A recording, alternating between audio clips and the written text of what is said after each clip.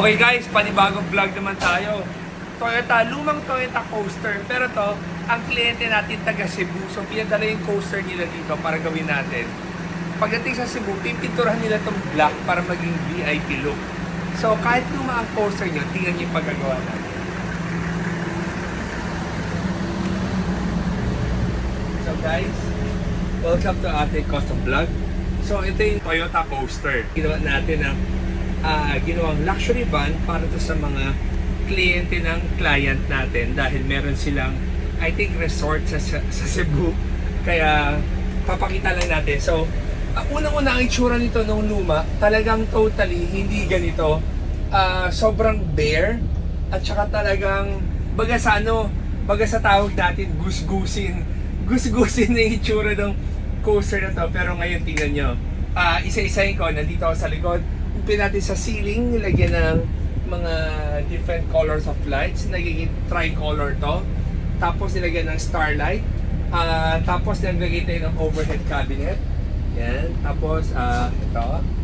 So para kung sakali may gamit, jacket or any maliliit na gamit na mga kaysa nakakalat sa gilid, dito may ilalagay. Tapos we have the curtain. Yung curtain na ginamit natin dito ay ito yung napili ng client natin, kulay white.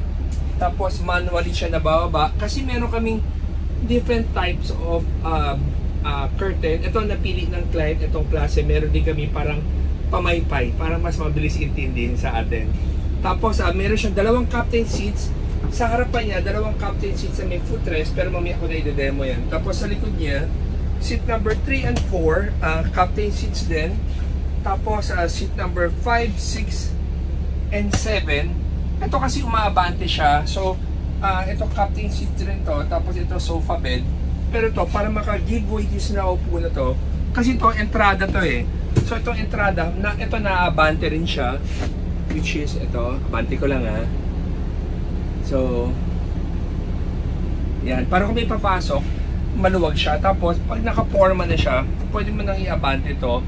Para kung upo ka naman dito sa likod, ay meron ka ng panibagong space sa likod.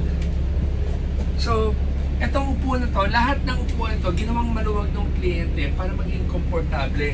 Itong double seater rin namin, nilagay namin dito at ito ay na-recline base sa anong recline na gusto mo, higang-higa or yung tama lang, nasa sayo kung ano yung gusto mong higa. This one naman is a sofa bed. Again, sa mga hindi pa nakakalood ng vlog namin, ito siya, naging sofa bed siya. So, komportable yung tulugan niya sa mahabang biyahe. Tapos kung ilagagay mo naman siyang sofa, tutulak mo na siya ulit na ganyan, and then ito siya. So, tapos toilet namin, which is very common. Kung ano yung mga ginagawa namin sa Toyota Tourer, ito rin ang ginawa namin dito sa Toyota Coaster. Meron siyang vanity mirror, domestic portalet, bidet, which is common, tapos lagayan ng water. Itong space na to, sinadya talaga ng kliyente na walang laman dahil pag naglagay sila ng whatever storage nila, pwede. So, pwede siya maging extra luggage. Tapos, sa harapan naman, ito naman. So, itong harapan na to, so dalawa ang captain seats na nilagay. So, itong isang captain seats na nilagay dito ay pag naka-normal ka lang na, so pinagpakita ko lang sa layout na to, inangat ko rin yung footrest. So, kahit na naka-abante itong upuan na to, sa height ko, komportable pa rin yung layout niya. Ito talagang maluwag na maluwag rin itong other side niya. Tapos naglagay kami na lahat ng controller nandito, saka dyan.